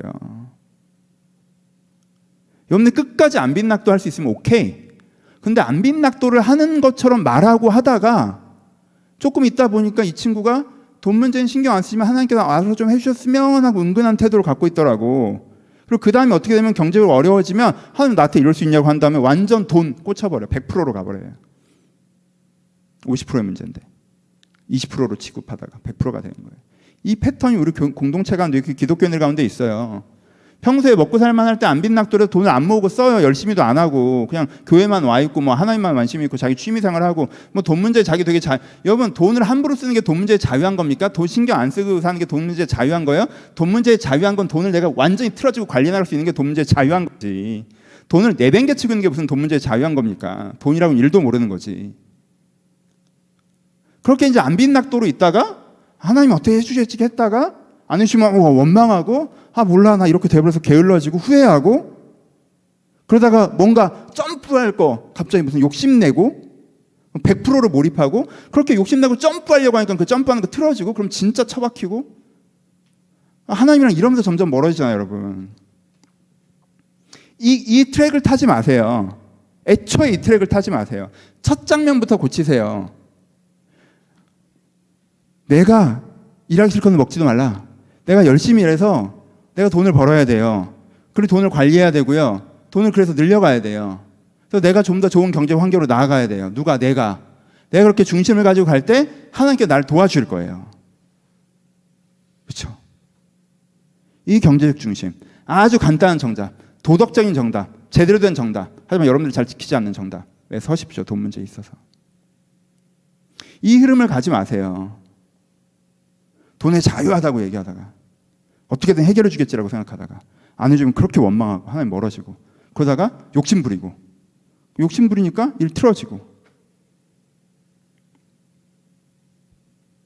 우리 여기서부터 벗어납시다. 그러니까 하나님 앞에서 여러분의 경제적 자리를 받아들이고 정말 성실하게 여러분들이 손을 부지런하게 올려서 하나하나 풀어가 보세요. 하나님께서 차근차근 그걸 해결해 주실 거예요. 차근차근. 천천히. 하지만 분명히. 여러분들이 그런 마음으로 욕심 안 부리고 하나씩 해결해 갈 때 하나님께 해결해 주실 거예요. 여러분 경제 문제 있으십니까? 아침에 일찍 일어나는 것부터 시작하세요. 그게 기도예요. 그게 간구예요. 내가 차근차근 내가 손을 부지런하게 놀리며 내가 편법이나 다른 사람과 비교하면서 편법이나 지름길을 찾지 않고 하지만 건강한 투자는 너무너무 좋은 거죠. 그 얘기를 하는 게 아니에요. 뭐 여러분 투자하다가 대박도 나실 수 있죠. 여러분 축하드려요. 괜찮아요. 근데 그런 걸 찾아 헤매지 않고 그걸로 내 성실을 흐트리지 않고 그렇게 차곡차곡 해가는 거. 그것이 우리 가운데 필요합니다. 그렇게 살고 계십니까? 그렇게 살고 있다면 저 축복합니다. 하나님께 분명 여러분들 경제 문제 가운데 함께 하실 것입니다. 여러분 과거에 어떤 실패한 실수는 괜찮아요. 여기서 받아들이세요. 나 자신도 원망하지 마세요. 여기서부터. 적용을 조금 더 해봅시다. 8가지 자료 한번 나눠볼까요? 이건 그냥 재미삼아. 삶의 자리가 8개가 있어요. 1번 부모님이 부유해요. 물려받았어요. 다른 사람들 훨씬 앞에서 출발해요. 이게 1번. 이게 레벨이 아니에요. 옆으로 생각하세요. 첫 번째 그러니까 일반적으로 8가지 경제적 상황이 있어요. 1번의 사람은 부모님 부자여서 태어날 때부터 부자세요. 이런 분들 계십니다. 그렇죠? 축하드려요. 우리 교회도 계시죠? 축하드려요. 나쁜 거 아니에요. 그 자리를 받아들이세요. 왜 받아들이질 않아? 난 이분들이 이 자리 안 받아들이는 것도 이해가 안 가. 받아들이세요. 거기서부터 열심히 하십시오. 안 받아들이는 게 뭐예요? 부자 아닌 척하는 거. 나중에 받을 거면서 안 받을 것처럼 얘기하는 거. 진짜 안 받을 거면 안 받을 거라고 얘기해. 아닌 척하고 다니지 마요. 받아들이세요. 하지만 거기서부터 열심히 하셔야죠. 그렇죠? 1번 부모님이 부유한 거. 2번째 내가 재능이 많은 거. 업무 능력이 탁월한 거. 공부 잘하시는 거. 대기업 들어가시는 거. 혹은 대기업 들어가서도 늘 일을 잘해서 승진하시는 거. 2번 3번째 재리에 밝으신 거. 요즘에 이걸 굉장히 많이 얘기하죠. 투자 잘하시는 거. 재리에 밝다고 얘기하죠. 재리에 밝으신 거. 4번 평범한 배경, 평범한 능력, 평범한 기회, 평범한 성실로 괜찮은 삶을 살아가는 거. 이 사람들이 제일 많죠. 평범한 능력, 기회, 성실 이런 걸로 괜찮은 삶을 살아가는 거. 4번 부족한 배경, 부족한 능력, 부족한 기회, 부족한 성실로 빠듯한 삶을 살아가는 거. 그게 5번. 죄송해요. 이 사람이 제일 많아요. 그렇죠? 한다고는 하는데 애초에 부모님이 그렇게 부유하지 않았고 내 재능이 그렇게 탁월하지 않고 그렇죠? 나한테 그렇게 좋은 기회가 오지 않아서 약간 빠듯하게 살아가는 거. 이게 제일 많죠. 우리 가운데. 6번 불운이 생겨서 운이 없어서 어려운 지점에서 시작하는 거. 그렇죠? 부모님이 내가 초반에 그런 것 때문에 꼬여가지고 내가 그때 그걸 날려서 운이 없었죠. 갑자기 어떤 사고가 나거나 몸이 아프거나 경제적으로 위기가 생기거나 관계적으로 위기가 생기거나 관계적 위기가 경제적 위기가 생기거나. 그렇죠? 그게 6번. 7번 능력이 부족한데 기회도 없고 게으르기까지 해서 일할 기회가 아예 없었던 거. 7번. 8번 애초부터 환경이 너무 안 좋아서 노력을 극복하는 한계가 명확한 거. 8번. 그러면 1번부터 8번까지 사람들이요. 제 생각에는 비슷하게 들어가 있습니다. 1번부터 8번까지 어디든 여러분들이 있으실 거예요. 그럼 그 자리를 받아들이세요. 전 8번인데 여러분 근데 솔직히 얘기하면요. 8번은 베네수엘라 얘기하는 거 시리아 얘기하는 거예요. 대한민국에 8번 없습니다. 진짜 어려운 게 뭔지 아세요? 그건 한국에 거의 없어요. 베네수엘라 얘기하는 거. 베네수엘라. 나라가 망하는 거. 시리아 얘기하는 거예요. 전쟁이 나는 거. 엄청난 불운이 생겨서 노력을 해서 극복하는데 한계가 명확한 거. 방글라데시 시골 마을에 태어난 거. 인도 불가촉 청년으로 태어난 거. 태어나봤더니 난 주민등록증 안 나오는 내가 집시로 태어난 거. 유럽에서. 이런 걸 얘기하는 거예요. 이런 사람들 지금 세계에 몇 억인지 아십니까? 그런 사람들 얘기하는 거예요. 사실. 하나님 입장에서 보셔야죠. 그러면 여러분들 우리의 대부분은 어디에 있냐면요. 1번도 많지 않죠. 저희 교회는. 그러니까 2번에서부터 한 6, 7번 여기 왔다 갔다 해요. 근데 거의 6, 7번도 아니고 본인 5번인데 6, 7번이라고 생각하는 경우가 대부분인 것 같아요. 저는. 그 사이를 왔다 갔다 하세요. 그냥 여러분 자리를 그냥 객관하고 딱 받아들이세요. 어떤 사람은 1, 2, 3 조합이에요. 뭐 장난치는 것 같긴 하지만 여러분 그냥 실제로 적용했으면 좋겠어요. 그래요. 어린 사람은 부모가 돈도 많은데 없는 이웃도 타락하고요. 본인도 재리도 높아요. 그럼 쭉쭉 가는 거죠. 그렇죠? 그 사람은 그런 사람이에요. 그런 사람도 있잖아. 뭐 어떻게 하겠어. 그렇죠? 그 사람 비교하지 마세요. 여러분들이 그런 사람이세요? 괜히 과도하게 겸손하지 마세요. 그리고 안일하게 주저앉지 마세요. 여러분 1, 2, 3번이세요? 1, 2, 3 조합이세요? 끝까지 가보세요. 끝까지 가보세요. 일중독이다라는 얘기는 아니에요. 하지만 끝까지 가보세요. 내가 어디까지 벌 수 있는지. 그리고 좋은 데 쓰세요. 여러분 1, 2, 3인데 어설픈 데서 게을러지지 마세요. 이제 놀고 먹자 하지 마세요. 파이어족 되지 마세요. 일하세요. 일하면서 먹고 사세요. 끝까지 가보세요. 여러분 6, 7, 8입니까? 합쳤는데 너무 어려워요? 그럼 거기서부터 한 걸음을 떼십시오. 좀 더 나아질 거예요. 분명히 좀 더 나아질 거예요.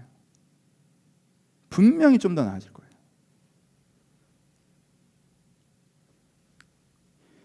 각자의 자리에서 내가 어떻게 한 걸음씩 나아갈지 여러분들 고민하시고 그렇게 조금씩 그리고 앞으로 갈 수 있었으면 좋겠습니다. 마무리합시다. 설교를 하는 마음, 오늘은 돈 문제 마지막 설교를 아무래도 좀 제 마음을 더 많이 전했던 것 같아요. 그냥 제가 말투가 좀 싹싹하지 못하지만 마음은 따뜻합니다. 여러분 제 따뜻한 마음을 알아주셨으면 좋겠어요. 여러분 그림이 바뀌셨으면 좋겠습니다. 오늘 설교하는 가장 큰 마음은 어떤 그림? 돈에 상관없이 신앙생활을 열심히 하면 먼저 그의 나라 그를 요구하면 모든 것을 더하신다. 내가 기도와 말씀만 열심히 하면 돈은 벌리겠지. 이 그림을 내리셨으면 좋겠어요. 여러분 거실에서, 마음의 거실에서. 여러분 신앙생활 열심히 하는 것보다 공부 열심히 하는 게 훨씬 더 어렵습니다. 그렇죠? 신앙생활 열심히 하는 것보다 회사생활 열심히 하는 게 훨씬 더 어려워요. 내가 어려운 걸 안 하고 쉬운 것만 했는데 어려운 걸 한 사람보다 더 좋은 결과가 나오길 바라지 마세요. 하나님 그런 분이 아니세요. 그 그림은 잘못된 그림이에요. 내가 먼저 그 나라를 그 의를 구하다 보면요 하나님께서 일할 기회도 주실 거예요. 근데 그 기회가요 절대 쉬운 기회는 아닐 거예요. 그 기회를 기쁨으로 받고 최선을 다해서 해나가야 되는 거죠. 그렇죠? 이것만 하고 있으면 나머지는 알아서 된다는 뜻이 아니에요. 그 그림을 내리세요. 어떤 그림을 그리시냐면요 밀레 만종을 하나씩 다운받으세요. 인터넷에 돌아다니니까 그 여러분 갤러리 하나 넣어놓으십시오. 밀레 만종이 기독교인이 가져야 되는 노동의 그림이에요. 하루 종일 감자를 캐는 사람들이 기도 시간에 대한 종소리를 듣고 잠깐 고개를 숙여 주님을 찾는 것.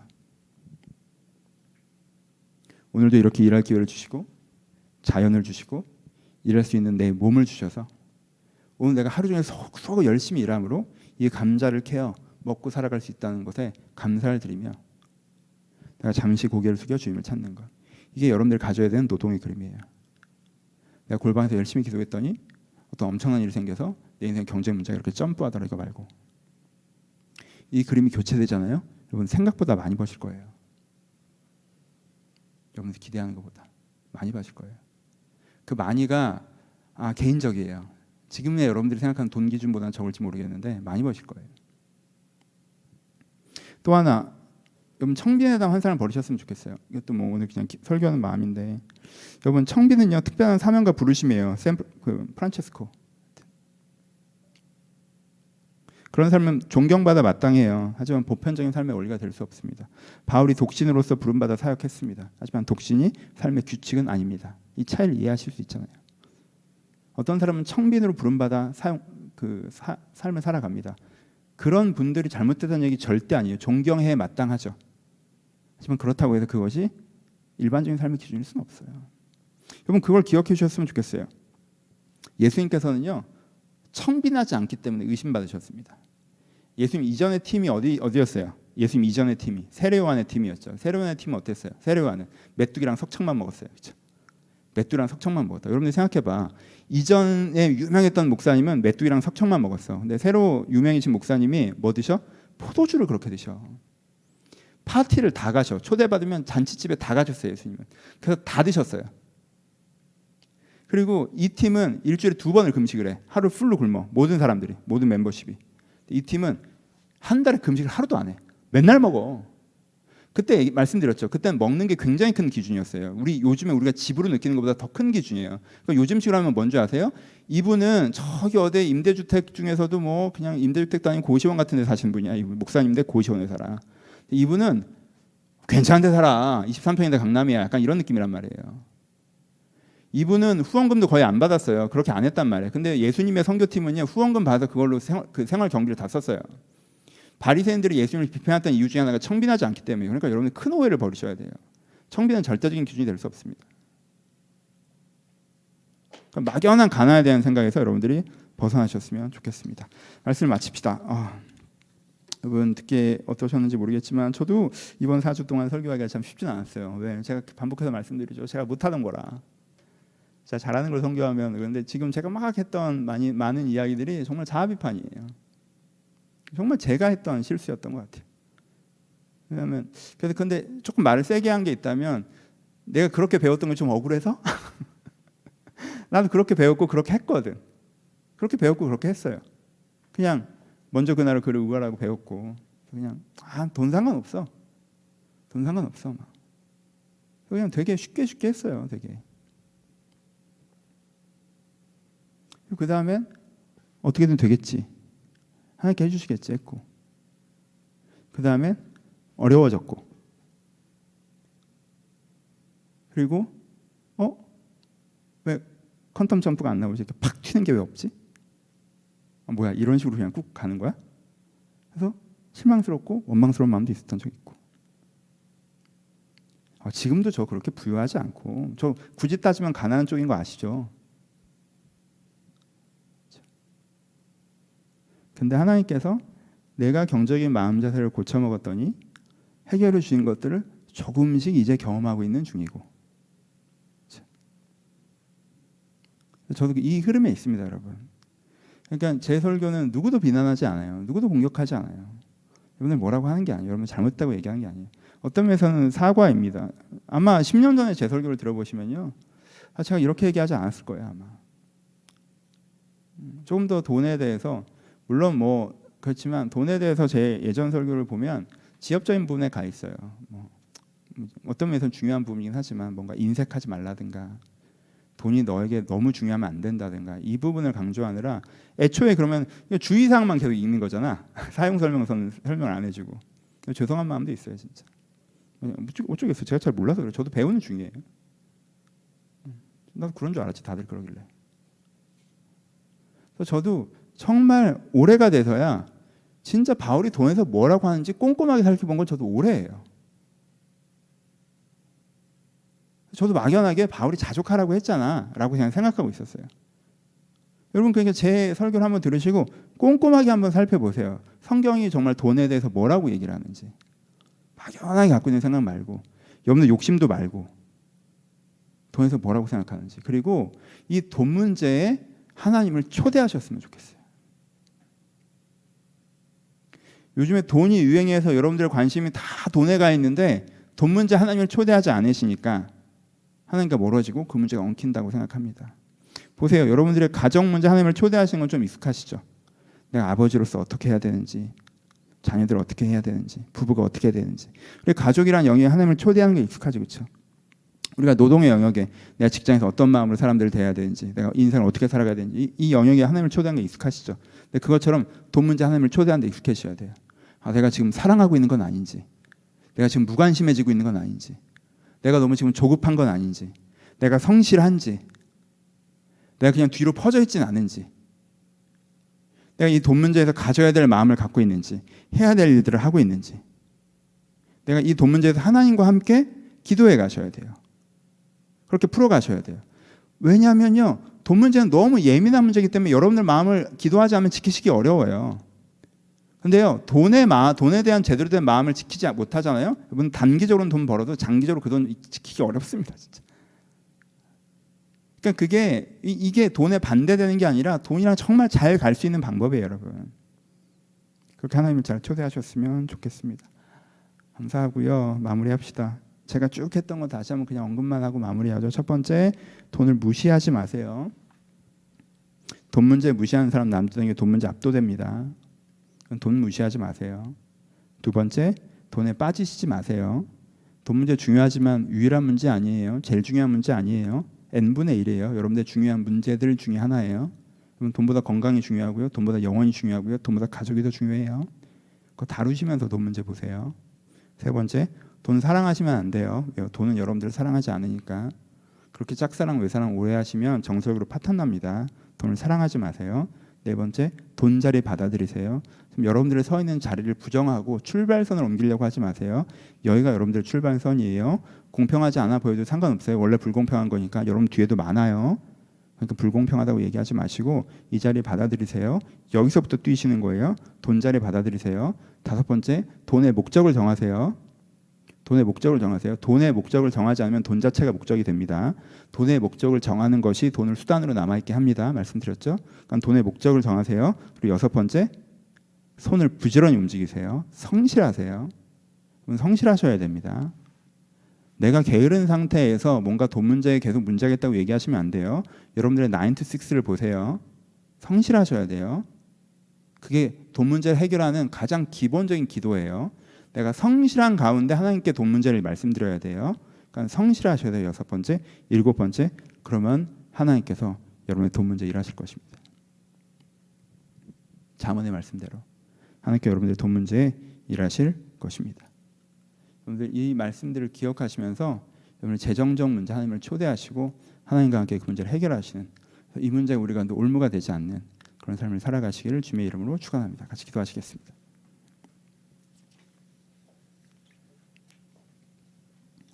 여러분은 어떠신지 모르겠어요. 경제적으로 어떤 상황에 서 계신지.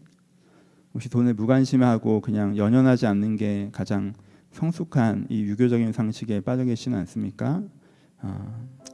내가 하고 싶은 거 하고 내가 좋아하는 일 하고 그럼 돈은 따라와야 되는 거 아닌가라는 낭만적인 생각에 사로잡혀 계신가요? 돈이 그렇게 쉽지 않습니다, 여러분. 바울조차도 바울 같은 지성인과 사명받은 사람도 수고하고 애써 자기가 먹고 사는 것에 힘썼습니다. 그러니 우리 억울하다 하지 말고 우리의 경제의 문제를 하나님과 함께 좀 풀어갈 수 있었으면 좋겠습니다. 그럼 가장 중요한 위로가 뭔지 아십니까? 자족의 위로가 여러분들이 서 있는 자리를 받아들이면 먹고 살만하게 하신다는 게 자족이에요. 그렇죠? 여러분들의 경제의 자리 받아들이시면 하나님께 먹고 살만하게 하실 거예요. 그러니까 너무 두려워하지 마세요. 여러분들 마음 가운데 우리 마음 가운데 두 가지가 공존하죠. 제가 그래요. 욕심과 두려움. 경제적으로 지금은 웬만한데 더 어려워지면 어떡하지? 라는 두려움. 그래서 좀 많이 쌓아놨으면 좋겠다는 욕심. 그렇죠? 우리 가운데 맞는 두 가지 마음이잖아요. 그렇죠? 우리 그러지 말고 내가 여기에 대해서 정말 하나님 앞에서 가져야 되는 성실의 마음. 하나님과 함께 내가 여기서부터 출발할 때 분명히 내 경제 문제를 해결해 나가실 것이다. 나와 함께. 내가 성실로 주님께 기도를 드릴 때 하나님께서 풍요로 응답하실 것이다. 라는 신뢰를 가지시고 여러분들 재정 문제 함께 맡기시면서 기도하셨으면 좋겠어요. 주님, 제가 이런 재정적 문제가 있습니다. 이런 상황들이 있습니다. 하지만 주님, 그보다 제가 이런 태도가 있었군요. 제가 그것들을 회개하며 이런 태도로 나아가겠사오니 저 내 인생 일하여 주옵소서. 하나님, 내가 이렇게 좋은 태도로 하나님과 함께 일하고 있지 않습니까? 나에게 축복하여 주옵소서. 여러분의 돈 문제를 가지고 하나님과 함께 기도하셨으면 좋겠습니다. 기도하겠습니다. 아버지, 경제의 문제로 어려워가는 많은 분들을 위해서 축복하며 중보합니다. 하나님, 경제의 문제로 어려워가는 많은 분들을 위해서 축복하며 중보합니다. 아버지, 경제 문제로 어려워가는 많은 분들을 위해서 축복하며 중보합니다. 주님, 축복하며 중보합니다. 아버지, 축복하며 중보합니다. 아버지, 제 안에 이들의 경제 문제에서 돈에 묶인 마음에서 이 두 가지로부터 이들을 벗어나기를 바라는 간절함이 있습니다. 아버지, 이들이 경제 문제에서 벗어나길 바라는 간절함이 있고 이 돈에 묶여있는 마음에서부터 벗어나기 마음이 풀려지길 바라는 간절함이 있습니다. 아버지, 이들을 풀어주시옵소서. 이들을 벗어나게 하여 주옵소서. 이들이 돈의 문제가 이들 가운데 사망의 올무가 되고 있사오니 주여 저희를 붙잡아 주셔서 저들이 여기서부터 풀려나 다시 한번 영혼의 문제로 돌아갈 수 있도록 아버지 은혜를 더하여 주시옵소서. 아버지, 우리 가운데 개입하셔서 우리 가운데 함께 하셔서 하나님께 일하시는 그 손길 가운데 제가 있어 이 문제에서 하나님 앞으로 자유함을 얻고 회복함을 말씀을 얻을 수 있도록 주여 저희 가운데 함께하게 도와주시옵소서. 아버지 은혜를 허락하여 주옵소서. 아버지 은혜를 허락하여 주옵소서. 아버지 은혜를 허락하여 주옵소서. 주님 지금 한 사람 한 사람 가운데 찾아오셔서 이 문제 가운데 마음이 답답하거나 고민되거나 이 문제에 마음이 눌려 있거나 이 문제에 욕심나거나 이 문제에 돈을 사랑해서 마음이 흔들리고 있거나 이 돈 문제로 인생이 흔들리고 있는 많은 사람들 가운데 찾아오셔서 아버지 주여 가운데 하나님께 회복이 있을 수 있도록 은혜를 허락하여 주옵소서. 아버지 여기가 정답의 자리로 돌아오길 바랍니다. 아버지 주여 정답의 자리로 돌아오길 바랍니다. 아버지 정답의 자리로 돌아오길 바랍니다. 주님 내가 기준을 바로 세우길 바랍니다. 이들 가운데 논쟁하지 않길 바랍니다. 아버지 저희가 논쟁하기를 멈추고 기준을 바로 세우며 그 기준 앞에 자기를 돌아볼 수 있도록 아버지 은혜를 더하여 주옵소서. 아버지 은혜를 더하여 주옵소서. 아버지 은혜를 더하여 주옵소서. 아버지 은혜를 더하여 주옵소서. 아버지 은혜를 더하여 주옵소서. 아버지 이들 가운데 마음과 상황들이 하나님의 손에서 풀려나갈 수 있도록 주님 은혜를 더하여 주옵소서. 주님 함께하여 주옵소서. 우리 한 번 더 기도할 때 우리 중보에서 기도하셨으면 좋겠습니다. 우리 한 가지만 우리가 코로나를 위해서 1년 동안 기도해 왔는데 이제까지 저희가 기도 작정하고 기도했을 때보다 가장 어려운 상황에 서 있습니다. 내 건강도 중요하고 우리가 백신이 나오고 이런 소식들 때문에 마음이 좀 안도하는 마음도 있지만 물론 해결되겠죠. 근데 그 기간이 너무 길어지면 그 기간에 너무 많은 확산이 일어나면 누군가가 생명을 잃을 수 있는 거잖아요. 그러니까 우리 그 원래 첫 마음에 집중합시다. 하나님 우리의 생명을 지키시옵소서. 세계적으로 정말 많은 사람들이 죽어가고 있는데 그리고 한국 사회도 그런 일들이 벌어질까 저희가 우려하고 있는데 하나님 함께 하셔서 확산이 멈춰주게 하시고 우리가 이제 생명을 지켜주시길 또 나와 내 주변에 건강과 생명을 지켜달라고 우리가 동일하게 갖고 있는 우리 건강의 문제를 위해서 한번 기도하고 자축도하고 마치겠습니다. 기도하겠습니다. 하나님 아버지 함께하여 주옵소서. 아버지 함께하여 주옵소서. 아버지 이 문제 가운데 개입하여 주옵소서. 제가 꾸준히 기도하기보다 어려워지면 기도하고 또 안일해지고 어려워지면 기도하고 또 안일해지는 것을 반복해 왔습니다. 이 반복을 회개합니다. 주님 이 반복을 회개합니다. 제가 꾸준히 기도하지 못하고 그랬습니다. 주님 아버지 긍휼을 베푸셔서 아버지 긍휼을 베푸셔서 확산이 멈춰지게 하여 주옵소서. 다른 사람들은 방역의 문화의 성공이라고도 얘기하지만 우리가 고백하기는 하나님의 긍휼하심입니다. 아버지 저희 은혜를 베푸셔서 우리 저희 가운데 주님께 찾아오셔서 아버지 하나님께서 방역을 하여 주시옵소서. 아버지 이 문제가 해결되게 하여 주옵소서. 확산이 멈춰지게 하여 주옵소서. 확산세가 꺾이게 하여 주옵소서. 아버지 주님께서 생명을 지켜주시옵소서. 이 병해로 이 세상을 떠나는 일이 발생되지 않도록 주님 개입하시고 지켜보아요 주옵소서. 우리 공동체 가운데께서 함께하여 주옵소서. 감사합니다. 하시겠습니다.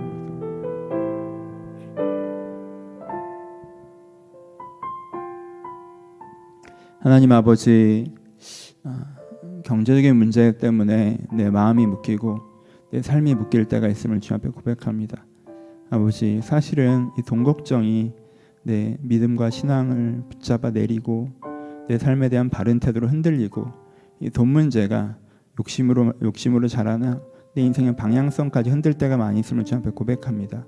아버지 제가 이 문제를 잘 해결하기를 소원합니다.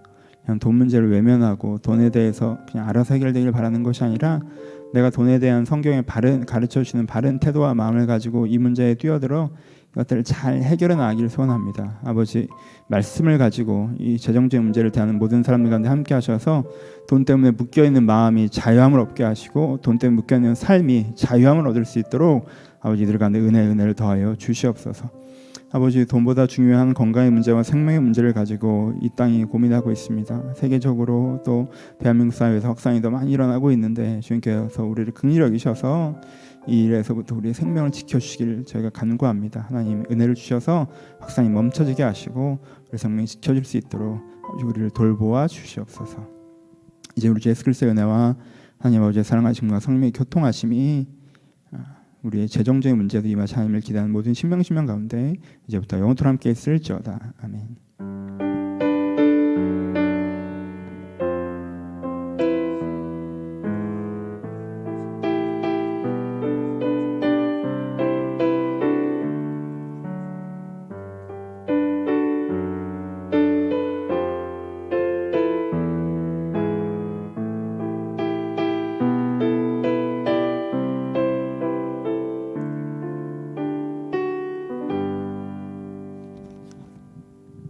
서로 주님께 감사의 박수 하시겠습니다. 감사합니다. 감사합니다. 예, 오늘은 광고 말씀이 조금